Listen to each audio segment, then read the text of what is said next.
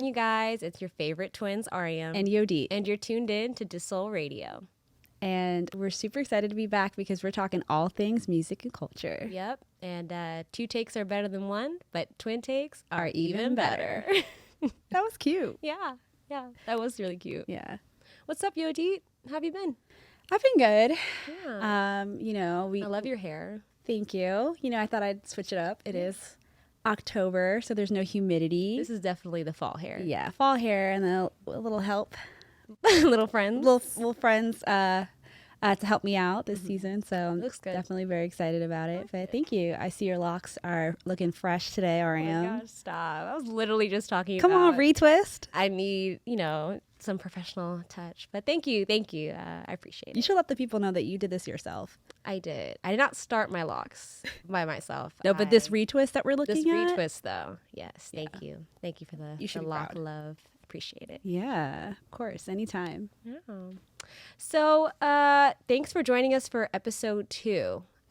This episode is actually inspired by Yodi and I having a little bit of a nostalgic craving. We were really feeling like we want to go down memory lane. Yep. We want to watch Life Size, the It was- most iconic movie of our generation. I mean, Real ones know that. yes, Yeah. Tyra Banks was the Barbie we all loved, needed, admired, and I just, I wanted to see the star. Yeah. shine And Lindsay bright. Lohan was in her child acting era. Like that was peak Lindsay Lohan, Yeah. It was just a great moment in culture. And we just wanted to go back in time and, revisit a little bit. Yeah. So, obviously we went on, I think, Disney Plus first, and it wasn't available. Nope. I thought that was really strange. And then we only saw Life Size 2, which I honestly didn't even know existed. And Tyra Banks is a part of it, which is even more bizarre because I didn't hear about it. you know? I heard about it. Oh, you did? I remember when they talked about it, but I never watched it because I was too attached to the original, Right. Yeah. And And so I was like, obviously, I'm not going to go for the second one, which I have no, attachment to. So I went through basically like all the streaming services we pay for, and just did not find Life Size. I'm like, what is going on? Like, Life Size is a classic. it was tragic that we couldn't find it anywhere. It was crazy, but Life Size 2, which I heard nothing about, was literally everywhere. And I was just upset. I was like, why are these sequels that, first of all, a lot of us don't know anything about? 2, if we did, I don't hear anything about it, that it was good. Why are they getting all the pride and glory? Like, why is Life Size 2 on Disney Plus? And it made us realize a lot of platforms have these sequels to classics, yet the classics aren't available. And the classics are better. Way better. Honestly, like, it inspired the segment about movies that never needed a sequel or should have never had a sequel. And it just, started making us think about all these movies that have sequels that we either think they're bad or That were unnecessary, that we didn't need. Starting off strong with Tyler Perry's Why Did I Get Married? Ooh, you're coming out the gate with that one, are you? No games. Why Did I Get Married To is a movie I wish I never saw, okay? And I love movies, but I will explain further.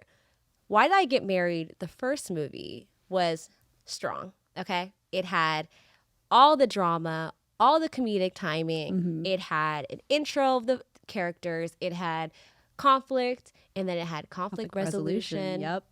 Happy endings, and I was satisfied. And the writing was strong. There was, Yeah. like you said, Ariam, there was levity in the film. Yeah. And the performances were solid. Yeah, I mean, to give you more context, you haven't seen Why Did I Get Married? It basically follows this couple, Patricia and Gavin, and their group of friends who are also couples, and they're basically like the glue in the group of friends. And every year they do this couples retreat, and during the couples retreat, they basically ask themselves, why did I get married? It's kind of like a way to, help further, strengthen the relationship, help the couples bond more. But this specific trip everybody's dirty laundry gets aired. I mean, it is juicy. Yeah. Like, I feel like I've known all these couples my entire life. This writing is so good. Mm-hmm. First of all, yes, you have Patricia and Gavin, and their backstory is that they're this like put together, perfect couple, but privately they're still mourning the loss of their child who was killed in an accident, and Patricia was driving in the car, and it was basically an accident. Like, she thought she strapped him in the car, and then he ended up passing away. So they're grieving the loss of their child. Yeah. But they're not honest with each other about it. And then you have Terry and Diane. Diane is this like workaholic. She is a successful lawyer, but she neglects Terry, her husband, and he resents her for it. And it gets really bad. He really wants to expand the family. She's really thinking about what Her career. She just made partner. Exactly. Okay. Her mindset is like, I am focusing on my career. Exactly. And he wants to expand the family. Exactly. Yeah. And they're just not on the same page at all. And then you have Angela and Marcus, which are the craziest couple, just because Angela is very combative. She's so loud. She's very honest, direct. She drinks a lot and takes out her anger on Marcus, constantly accusing him of cheating on her. Yep. And it's just constantly like they're just going back at it constantly. And then you have Sheila, who is this loving friend. Played by the queen, Jill Scott. Scott. Yes, girl. She killed this role. Yeah. She, deals with a verbally abusive husband, Mike, who you just hate in this movie. I mean, he is just scum beneath like your shoe, like just terrible person. He was so good at his role that I've never had trouble separating a character from an actor. Yeah. Like, I was like, I had to shake off my even now, like I see him dislike somehow, for like, him. I think he played like an FBI agent or something in Narcos, and I was like, I hate Mike. Like the entire time I was like, I hate him. All I see is Mike. And he's a different character, That means he did, a really good job in this movie, me not liking him that much. And then, he is verbally abusive, makes her feel self-conscious about her weight. And then on top of that is having a whole affair with one of her friends who she considered a good friend, which is just so terrible. But, everybody's dirty laundry comes out. It gets heated. And, throughout the film, like they work through the resolutions. They, Each couple, you kind of follow them, like navigating the problems that were revealed at that retreat. Yeah, like Patricia and Gavin, they work through their grievance over their child. They're moving forward together. Angela and Marcus, Angela realizes she does have a good man and she needs to, respect him, not lash out. And Terry and Diane, like Diane realizes that, Terry is a good husband. She doesn't want to lose him. Due to her like more selfish needs in the marriage. And Sheila ends up, divorcing Mike and finding her Prince Charming and, getting remarried and living a healthier lifestyle. She looks good. She feels good. And at the very end, she gets to, in a classy way, tell Mike off. And so then the movie ends at this, I think this gala or ball that Patricia's being, honored at. And it was a happy ending. It was. Everyone got their ending. Yeah. To your point, Sheila was vindicated at the end. Everyone feels like they're working towards, solutions to their marriages. And we just end the movie with so much hope. Yeah. You're like, okay, not all marriages are perfect, but these are examples of how you work through your problems and push forward. And then Why Did I Get Married Too came out. Sorry. Now I'm laughing because I can't with the movie, but okay. Sorry. Go on, Ariam. So we'll get into that. So Why Did I Get Married Too? Them having a second movie is not so much the problem because marriages, like not every day is going to be perfect, right? Like you're going to have your ups and downs. There are always going to be problems that you run into, like especially because all of them have been married for years. So I wasn't surprised that a second movie came out. When I watched the second movie, I didn't really understand because we were kind of young when it came out, like how bad it was until I rewatched it a little bit more recently as an adult. And I was like, what were they thinking? I mean, So they go on another couples retreat, right? And this time it's in the Bahamas. So it starts off really nice. Yeah. You know, they're obviously in like an island. It's warmer.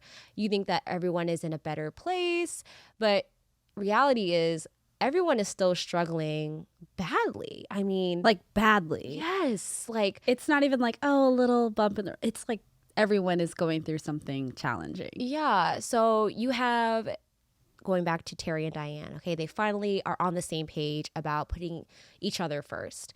And in this movie, she basically is having an emotional affair with somebody that she met through work, and Terry is picking up. She is just a little extra happy. She's just, you know, a little giddy, getting flowers. Like, this man is not dumb. Terry knows his Let me tell you life. something about that storyline. I feel like they really did a great job. If anything good came out of it, was dispelling the myth that men Are clueless. are clueless Yeah. and that women are great cheaters. She's a bad one. Because he just kept picking up on everything, Mm-hmm. which I thought was interesting. But I digress. Go on. And then you have Angela and Marcus, and they're still going at it. Like, she is just such a hothead. First Yeah. of all, Marcus has come up. You know, he has a sportscasting career. You know, he was a former NFL player. So for him to like level up in this way, he has a job. You know, like, this is really big for him. And she still feels insecure about whether or not he's cheating on her or not. And Yeah. it just gets old. And it's like, at this point, girl, like, stop it. Like, it's starting to be your problem, because Yeah. Marcus is trying to just exist Yeah, at this point. I kind literally. of feel bad for him. Like, she at one point comes to his Poor job, Marcus. cussing him out, like, while he's on air, mind you. Like, it's just crazy. It's tragic. Yeah. And then you have Sheila and her new husband, Troy, you know, like her Prince Charming that really saved her and helped her become better. Mm-hmm. They're having financial strains. They've had, I think, a few kids, and it's like he is in, you know, not really in a good place, and it puts like a damper in their relationship. And, you know, Mike, in a weird way, tries to weasel his way back into Sheila's life, and Troy doesn't feel comfortable about that. And she ends up, you know, thinking that she's doing the right thing by helping him get a job through Mike. Mike is friends with a policeman, and he's like, yo, I can, you know, connect Hook you them. up with a job. And Troy finds out and is super unhappy about it. Yeah. And then also, I really hated Mike in the first movie, and then they give him cancer. So you like feel bad for the dude. Yeah. Like, he was so evil. Like, and now I feel bad that you have cancer. Like, what are you, Tyler Perry? What did you do to me? Like, I despised him in the first movie. Like, Yeah. you couldn't make me feel bad about him for anything. And Well, maybe it's a metaphor for all that karma. Yeah. It's like, no, let me stop. maybe, I don't know. Yeah. But you definitely feel, you know, bad. Like, You do feel bad though, but like to your point, Ariam, I wanted to, you know, as an audience member, feel like consistently upset with yes, him. Like, I yes, know. he was terrible. Yeah. He was a terrible person. But it's just like, like it just goes left, and then the then worst. the worst of This is the kicker, y'all. This is why I will never watch this movie again. Patricia and Gavin, okay? They tell the group, this is the glue, right? These are the people that bring all the couples together and they look up to. They are filing for divorce. And it just goes downhill. First of all, Patricia announces that they're getting a divorce in front of all their friends before Gavin is ready, okay? So Gavin is heated. He's like, I thought we were going to discuss when we let the group know together that we are getting a divorce. So he's ticked off. And then they go through mediation, right? And they're trying to, you know, basically separate their assets. And do it very amicably. yes, it starts off amicably.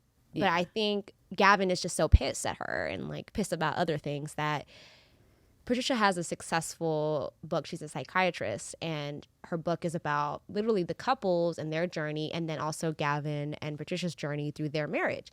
So he feels obligated to have half of the earnings from the book revenue, and she is not having it. She's like, I worked hard on this. This is my money. Why do you feel entitled to have half?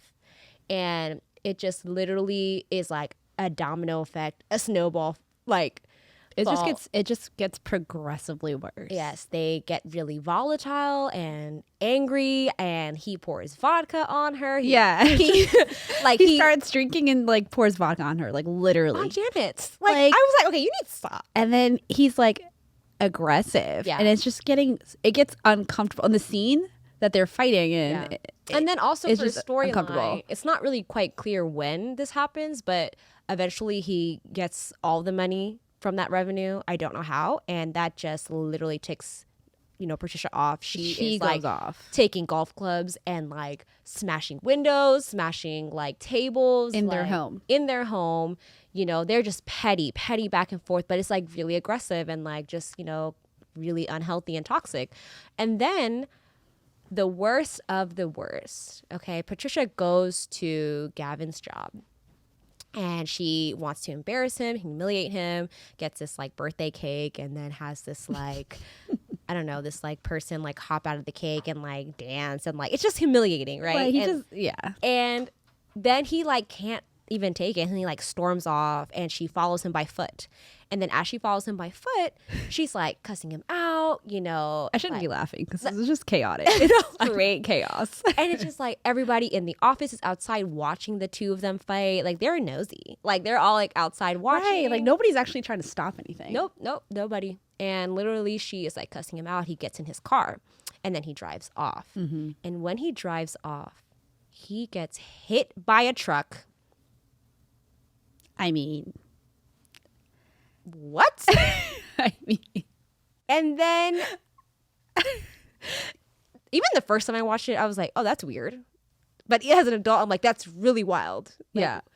And then he gets hit by a truck. All of their friends like regroup at the hospital, console Patricia. They're praying that he's okay. And then the doctor goes and tells him that he didn't make it and he died. And so Gavin dies. And then they have like a memorial service in the Bahamas where they had their last couples retreat. And that's pretty much it. Oh, I forgot the best part. So then a year later, she writes another book, because that's what she does. She writes books. And her book is about, grievances and how to get over like, the loss of a partner, right? Mm-hmm. And then she has like a successful, like, I guess, discussion. And then as she leaves, some guy like approaches her and is trying to tell her that, your book helped save me and like my, process. Like I learned a lot from your book and stuff. I would love to take you out for coffee. Okay. This is how it ends. They smile at each other and then it literally like fades to black and the credits roll. The guy that approaches her in the end, mind you, this is not even longer than like a minute conversation. Okay. Maybe two, is Dwayne Johnson, The Rock. It is just it is such a random cameo and he isn't even in it for that long. The movie, okay. I'm done. Ariam, thank you for doing that. It was run through, by the way, because you just reminded me of all the parts of the movies that just left me with more questions. I mean, what was the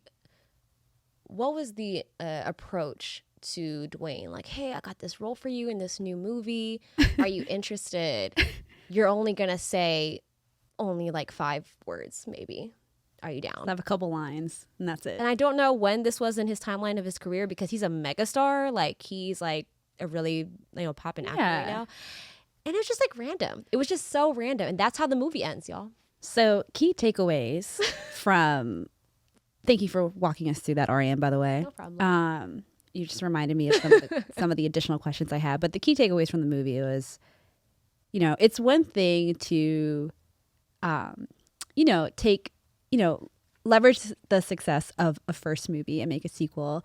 And then really, when we're thinking about the plot, it's okay to play into the notion that not all marriages are perfect and you're going to go through challenges in the future.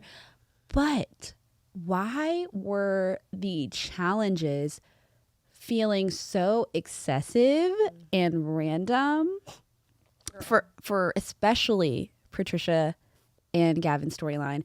And it just gets progressively worse and you don't walk away with any hope at the end of the movie. Oh, and I forgot to mention the fact that Gavin dies is crazy because you probably thinking as you're watching it, that Mike is the one that has cancer.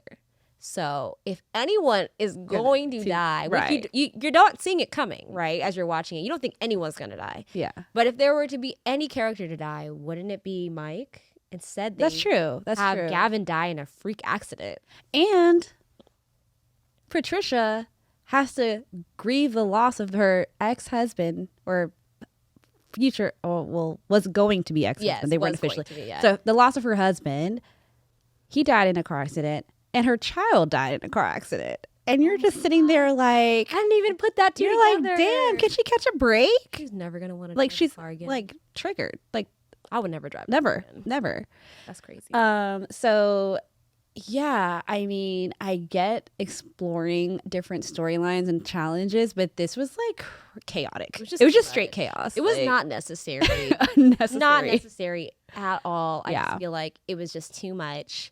Like you always want like a little shock factor, but Yeah. like Gavin dying, like Right. and the way he died, and we'd have to like get over it. we have to just accept it. because I was And it happens like in the span of like 2 minutes. Yeah. Like you process everything Yeah. in that scene, and then he just doesn't make it. yeah. So Now, if he at least made it, and then they realized that all of their problems were not worth all of that, Yeah. and they could have That could have actually- reconciled, that could have potentially saved the story. exactly, that's how you salvage all of the drama that was building up. That was actually not expected. It just feels, it was just, the words chaos is just what comes to mind. Yeah. So that's why I don't like Why Did I Get Married Too? I have Thank you my for our supporting listening arguments. to Ariam's TED Talk. Thank you. Thank you for listening to my TED Talk. Exactly. But, you know, again, this inspired other films that we didn't think should have a sequel. Yeah. And we'll just breeze through these ones. It won't be that in depth. But our first follow-up film is Home Alone 2. This one gets me though. And here's my thing, okay? You left your child, a whole child, okay, at home on a family vacation in the first movie. He's hanging out, he's having these, you know, robbers trying to like harass him, and he's just like defeating them and every time, and it's entertaining, it's fun, it's cute, and then you eventually come back home and your child is safe, right? How does it look if you lose your child again? And this time you're in an airport and you're heading to a different city together. This time you got the kid into the airport, okay? You made progress, but then you lose your child, and then your Again. child ends up in a separate plane heading to New York City. I mean, at this point, you're just a bad parent. Like, how many times are Yeah. you gonna lose your kid? That's just negligent. Like, And we're just supposed to like just accept that yeah. that's just the way they roll. I just feel like it's just excessive at this point. And then the Like, poor child. Okay, this is just like an MO for his family. They he's just be gonna have forgetting him. a lot to talk about in therapy. Right. Okay? All the trauma that he experienced being neglected. I mean, And thank God he's self-sufficient. I'm gonna tell you that much. That's one thing I will say. And then another thing, right? So he flies to New York in the movie. Why are the two bandits in the first movie in the- New York? Thank you. Like, didn't they get arrested? Like, and I'm if just so, saying- if you escape, how are you in the same city harassing the same kid? Like, it doesn't Listen, make any I love Joe Pesci. Like great actor, but make it make sense. Yeah, it should not. Like, Have what had a kind of- second, like- or third, or fourth? I think there might have been a fourth too. But Yeah, but they also use different child actors, and I was like, all right, this is just this is a thing. We're it's too much. Yeah, it's so too much. Home Alone 2. Sorry, Two thumbs down 2 thumbs down for that. 2 thumbs down. What else? What else? What we else is on got? the list, Ariam? What else? It pains me to add this. It actually really does, because I love the original so much. But Coming to America 2 has entered the chat, y'all. And the reason why it enters the chat, the reason why, okay, don't look at me like that. I feel bad. I feel bad even putting this on. Because You should. Because Coming to America 1 is embedded in our culture. It is for Black people. It is something that Black families gather around every Christmas and watch. It is tradition. Yeah, of course. You know, it is. It's a classic. You know, we will quote these lines. My children are going to quote these lines. I know. Okay? I know. And I just never saw it coming, having a second movie, let alone 23 years later. It's not like completely terrible. Okay, I will say this, but I feel like they should have just, you know, left the classic as is and not have added on to the story, because they did have all the original cast members, I will say. They did. That's did. what made it so dope. It was like, okay, if we're going to do people this. We're excited to see everyone reprise their roles. Yeah. I think that was what made up for it. I think the problem was, one, it's 23 years later.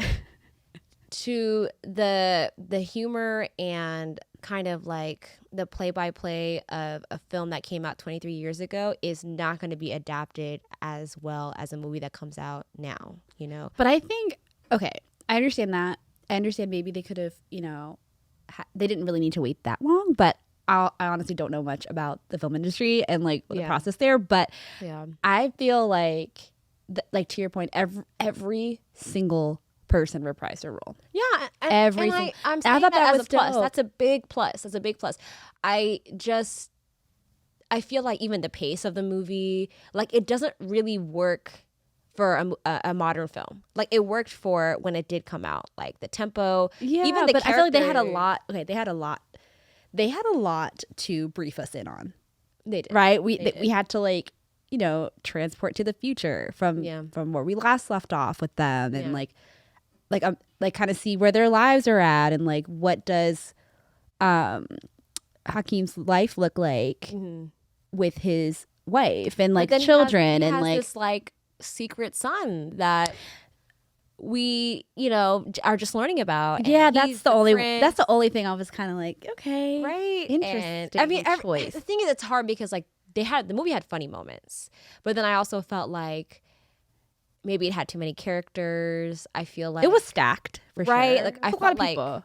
it was just cameo after cameo after cameo, and I was like, okay, I get it. You know, honestly, I just feel like for me, I love the original. I Yeah, think it was you're just attached. I'm just attached. That's what it is. Yeah. and I think that's fair. Yeah.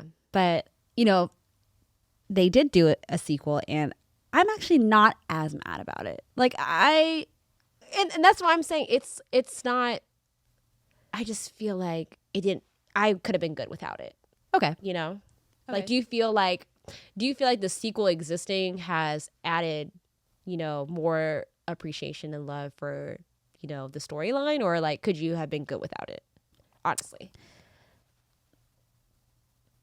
I played the fifth. oh gosh, leaving me high and dry. Sorry, girl. This is where I gotta Sorry, I gotta Yodit. sit. I gotta Okay. sit with this one. Maybe we'll do a part 2 with this. Yeah, Because the movie is, like you said, it's stacked, it's dense. They squeeze in a lot. a lot. So maybe we can do a deep dive on Yeah. the movie on another episode. Yes. And then I'll let you know how I feel. Okay. So she's pleading the fifth, y'all. She leave me high and dry. And then last, because there were so many, but I felt like this one stuck out to me and Yodit the most. Mean Girls 2. Yeah. Oh, where do I even begin? I'm going to try to keep this brief. You know how earlier in this conversation you said you didn't know that Life Size 2 existed? I had no knowledge that Mean Girls 2 existed. Same. And that says a lot about it. And okay, so I'm gonna try to keep this brief because I don't even want to give this too much airtime. But Mean Girls is a teen cult classic for our generation. Yep. Okay, we can recite quotes and there can be no context, and another person in the room will completely understand what you're referring to. Yep. October 3rd is basically a national holiday. It is. You know, Wednesdays is. you wear pink. I mean, it's just, I'm not going to recite every quote, but I mean, if you know, you know. And for them to come up with a Mean Girls 2 and it to be made as a made-for-TV film, it was on ABC Family apparently. it hurts. It hurts. That's what makes it worse. Tina Fey doesn't have any credits in the screenplay. Well, Is there it you go. going to be funny? Like, No, There you it's go. not. The reason why Mean Girls was such a success and such a funny film was because Tina's pen, you know? Yeah, her pen game was strong for sure. But I think honestly, if they, if we could go back in time and they were considering making a second one, if they included I'm talking the entire cast, then I'd probably watch No, it. of course. I think anytime, like, that's why I felt kind of conflicted about Coming to America too, was that they did have the original cast. Mm-hmm. And so I feel like I appreciate when the characters reprise their roles. Yeah. But it was like a completely different cast. It just seemed boring from the pictures. I didn't watch it, mind you. Mean Girls too. You're talking about Yes, Mean Girls too.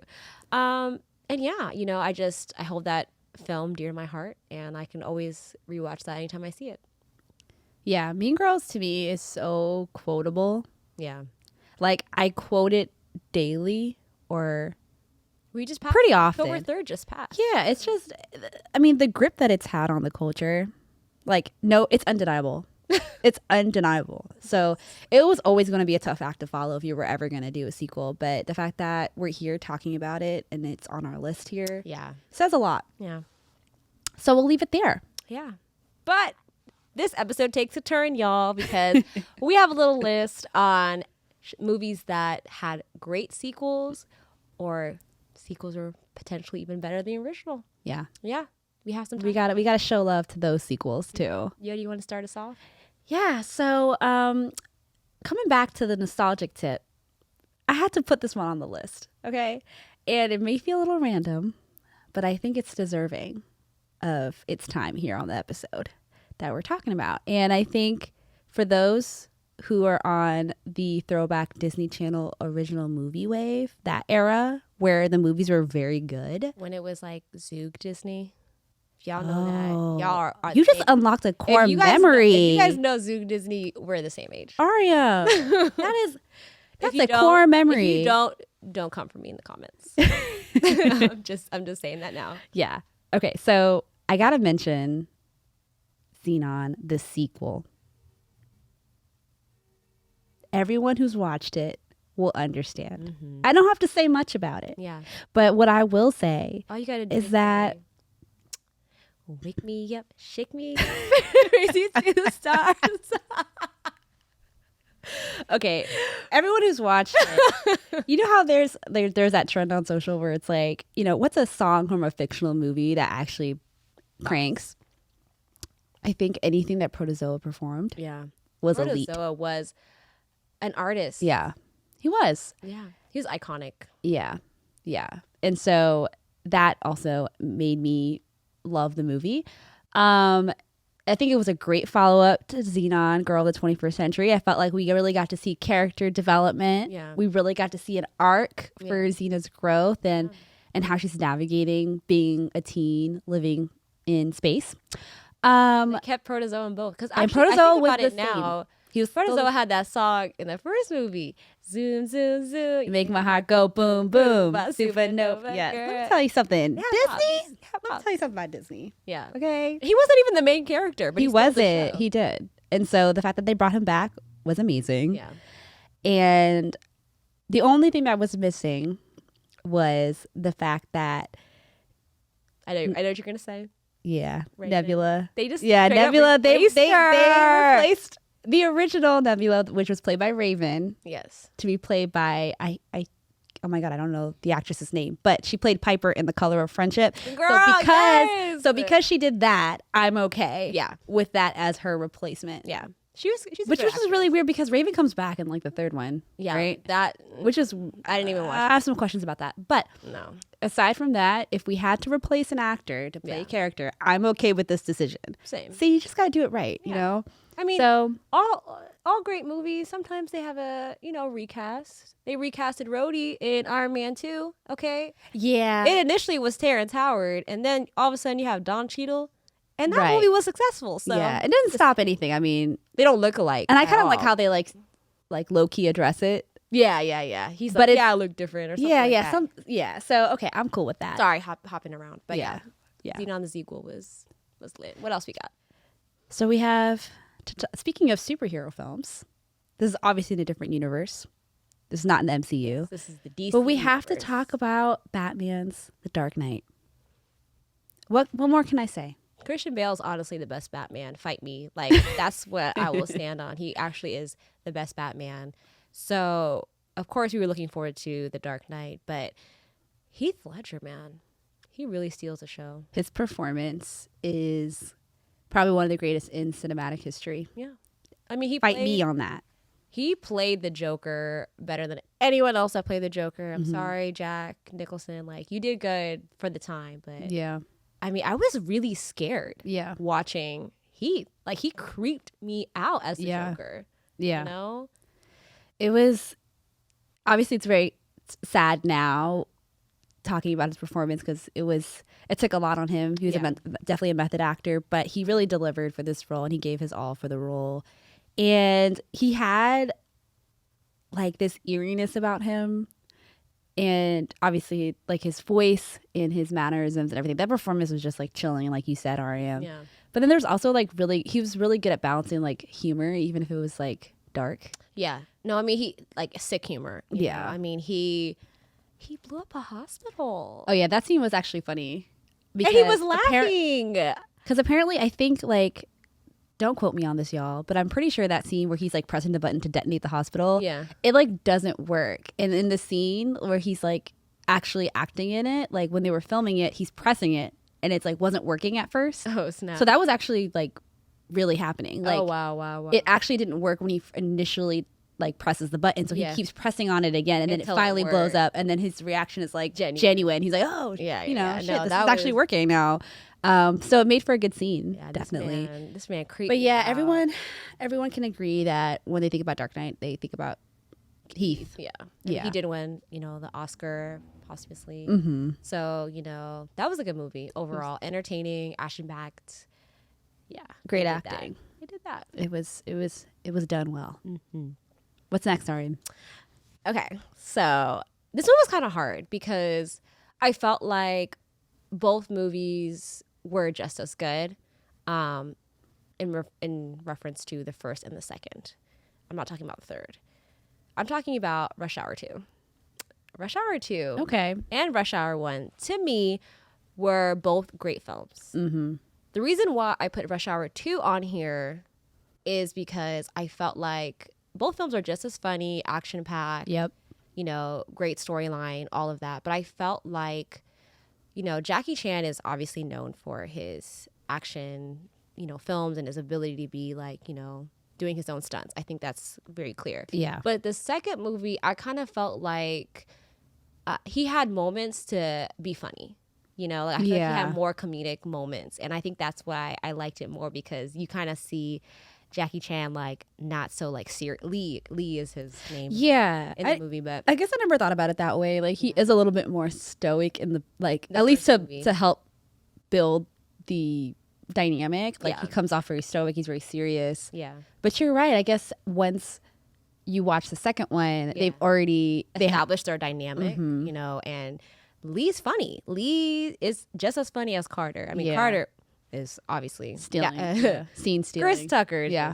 Like Chris Tucker, there's so many scenes, like the massage parlor scene when they're fighting. Like, hey, he accidentally hits Jackie. He's like, oh, sorry, man. Oh, y'all look alike. Yeah. There was a lot of jokes that didn't age well. I mean, they didn't age well. But in the moment, it was funny. It was funny. It was funny. You could argue and say that it was funny. And then I also like the fact that we get to see Carter in China. Yeah. Like we get to see him with Lee in that element. Yeah. Because obviously everything in the first film mainly took place in LA. Right. So it was cool to kind of see him adjusting and like in Lee's world. Yeah.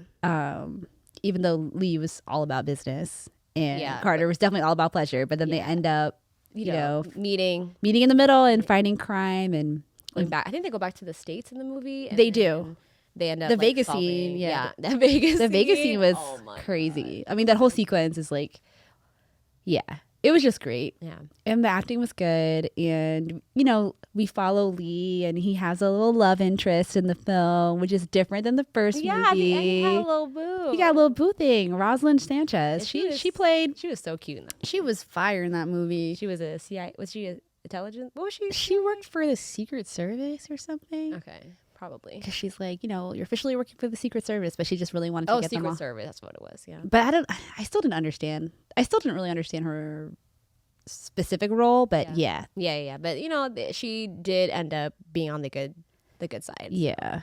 It worked out. That's why I love, Rush Hour 2. It's still like one of those movies I could watch with my family over and over again and, laugh like I watched it for the first time. And then the scene when they're shopping for clothes and Jeremy makes a... Who? Jeremy. Oh. Remember the dude that plays Ari? What's his name? This is going to bother me. This is actually I'm Googling it right now. His name is he plays Ari in Entourage. Yodi, it's gonna bother you. But yes, I'm it right now. Hold on. While she does that, just want to talk about that scene really quick because he's just so different and separate from who we all think of him as an actor, and so he really just. I'm sick. Jeremy Piven. I knew it was Jeremy. I Piven. knew that. I knew his first name, but yeah, he was really really funny in the movie. Yeah, and that was a really good cameo. Buttercream. Yeah. Ariam, yeah. Literally after this episode, I'm gonna watch it. Yeah, I'm gonna go on. I think it's on Netflix. Real ones know the scene that we're talking about. Netflix has 1, 2, and 3, I think. So, Netflix. Everyone take notes. They got all 3. Mm-hmm. Okay, streaming services. Yeah, we gotta supply people with all the movies if you're gonna do one from a sequel or a trilogy. That's all I'm saying. Mm-hmm. And Yodi closes out. So I have an honorable mention that I want to talk about. And first of all, before I do, I want to shout out my cousin Yasmin for putting me onto this film. If you're listening, we love you. Yes. But she loves this movie. Yeah, this movie, although it didn't apparently do well in the box office as well as the first film, it is definitely cherished by a lot of people, and it's been viewed as an underrated sequel to any movie franchise. Okay. You ready? I'm talking about Sister Act 2. Okay? There's so much to unpack with this, and we only have so much time, so I'll breeze through. But what I gotta mention is everything about it was top tier. If you're gonna do a sequel and you're gonna, put the resources and get the team and the actors together for a second project, take notes from this movie. Okay? This movie came out in the 90s, obviously. You have Whoopi Goldberg. She reprises her role as Dolores, and she goes undercover to help a school, undercover as a nun, which she was in the first film. Mm-hmm. And for everyone who doesn't know, they say she was a star in Vegas. She would perform. I don't want to say she was a showgirl because she was definitely a star. She was the headliner. She makes it clear. She has a residency at Vegas, and she's doing these performances, and she ends up going undercover as a nun. So they ask her to come back, these nuns that she worked with in the first film, to come back to a high school that Dolores happened to go to when she was younger. It's in San Francisco. And apparently they are a lot of troubled youth. And they really want her to come and kind of help restore the school and give people a little bit of hope and really inspire these kids. In the music class. Right. So she ends up teaching a music class. And the music class is full of students that we all actually know. And recognize now. And it was stacked with a bunch of young emerging talent. Mm-hmm. Stars to be. And let me just run through the list for you guys, okay? You had Jennifer Love Hewitt in the crowd, okay? You had Ryan Toby. For those who don't know him, he was 1/3 of the group City High, okay? He was in there, and he was doing the damn thing, okay? You had a cameo by Yo-Yo. Do you remember that? Yo-Yo does a cameo in the beginning. I feel like she should have got more screen time. She didn't get more screen time, but she definitely should have got more screen time, which... I'll express my grievances about that later. We'll subtract that. But she's in the movie. And then you have a young Lauryn Hill. That's right. Yes, I said it. The queen. My queen. Our queen. Lauryn Hill was in the movie. And she kills it. She is essentially the star of the film. She's a little reluctant to, get on board with having Sister Mary which is her name, but really is Dolores, Right. Be this, music teacher. They just want to cruise by this class. But not only does she eventually get on board, but this girl can sing. Yeah. And she sings in this movie. She kills it. She really is the star. Yeah. And the thing is, it's like, okay, I actually love, like, at least in the 90s, I used to love movies with that trope of like the teacher comes in and like the kids. I mean, that worked for the 90s. It worked for the 90s, not anymore. Like, I'm gonna but I love that it was happening. Turn this place around. But I love that it was happening with a black teacher. Yeah. I'm here for that. That is Because it's usually bad when it's, white savior complex and things like that. We don't want that. We don't want that. But the fact that it's Whoopi taking the lead and really helping inspire these kids, I'm totally here for it. So she starts seeing the potential in these kids. She's like, you know what? Like, let's try to, bring the music back into this class, into the hearts and minds of these students. So she has this idea after hearing them, kind of messing around with singing and rapping. She sees the potential to put them together to be a part of a choir, and I just want to talk about some of the highlights from this idea. Okay. Ryan Toby, who we mentioned earlier, also sings, and he sings very well. Very well. So they've been rehearsing, they've been, deciding on what songs they want to this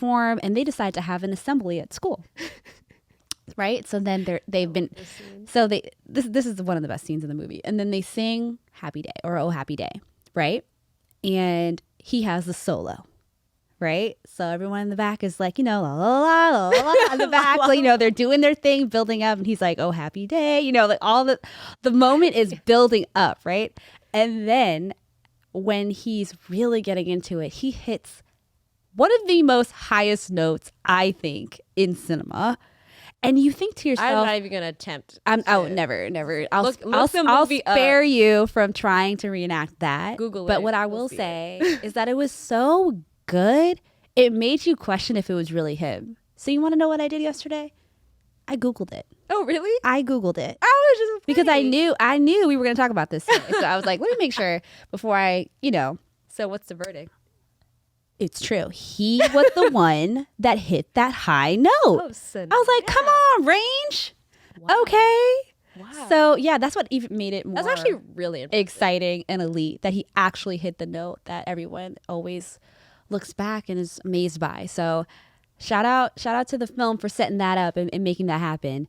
And then, we go back to Lauryn Hill. You were mentioning Ariam.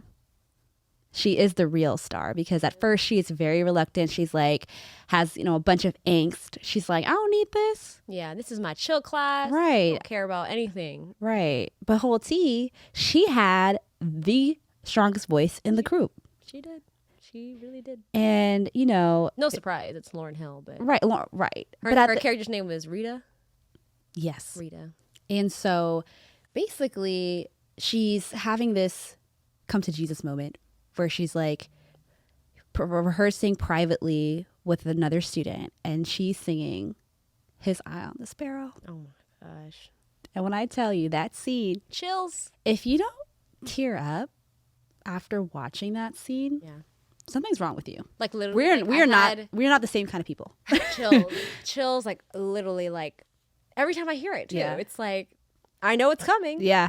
Every time. I've seen the movie. Your eyes water up. Yeah. And she doesn't really like sing that much, but the amount she sings of it, I'm like, whoa. Yeah.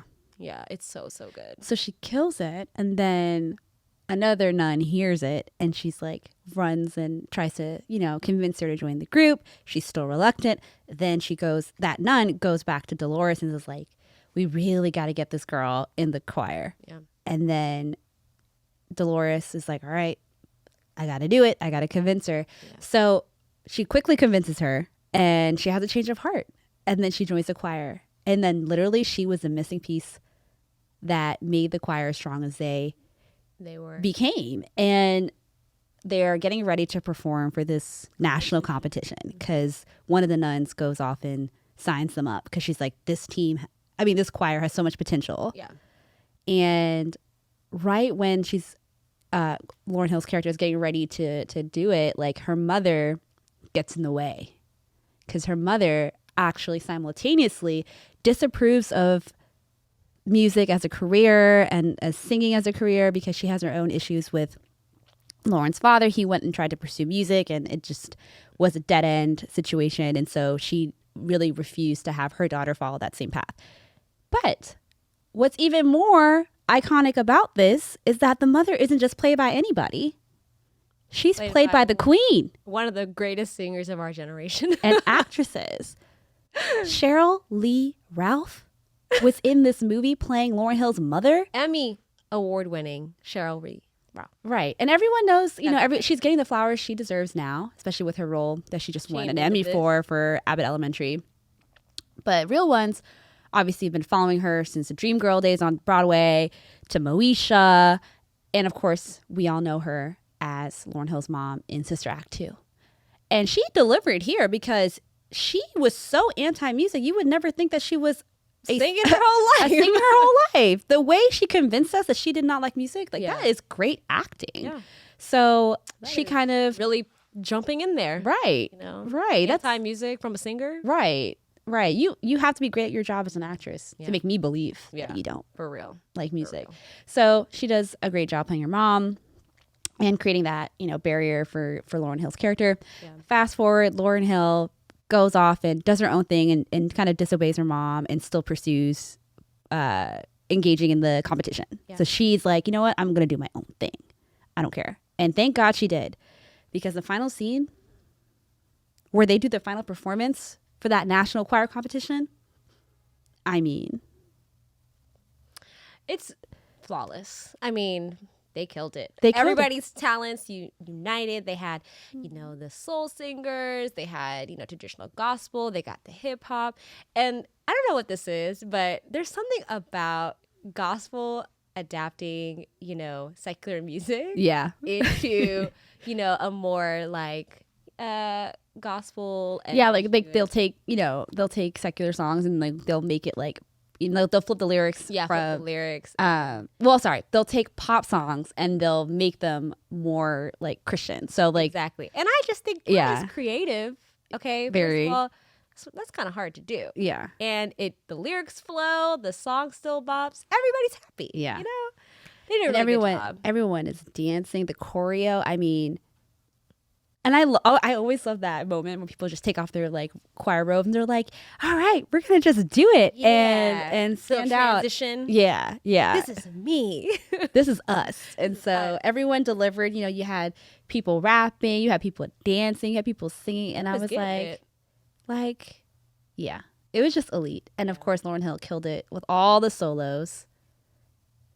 And then after their performance, we had a happy ending because they wins. They finally win and they have success and everyone's happy. Everybody wins. Happy ending. Happy ending. And the school ends up being saved because they were at, a difficult at risk for closing the school as well. But the success of this competition made, I guess, whoever was leaning on the decision of closing it, them reconsider their decision. Like, there's some value here. It was a great, I say all this to say, it was a great blend of all the things we loved about 90s films wrapped up in one. Yep. You had great cameos. You had great music. You had a happy ending because that's what we all want sometimes. We just want a happy ending and we want hope at the end of a movie. Especially if the first movie ended on a good note. Why do we want the second movie to end on a bad note? Right. And everybody wins because you get a dope soundtrack at the end. So that part. I think it was just quintessential 90s kids film energy. Yeah. It was really for the kids. And it was really for the kids. And I think Whoopi obviously carried the film on her back. She's the star. And I just loved it. So I say all this to say, this conversation really just, got us excited about deep diving and as many bad sequels as there are in the world. There's some good ones out there. Yeah. And that wraps up our two lists. If you guys, agree or disagree, comment. We're always down for a healthy debate. Yes. Healthy debate. Yes. Don't be coming from me. Yeah. Healthy debate. Let's be nice. These are just opinions. Yes. Exactly. These are just our opinions. And yeah, I still feel some type of way about life size not being available on streaming platforms. I'm tired of seeing life size too. If y'all know how to access it, let us know. Let us know. If I'm missing something, for sure. But if not, I'm definitely going to like, there should be a petition. I know. Something. That movie is so good. It's elite. It's so good.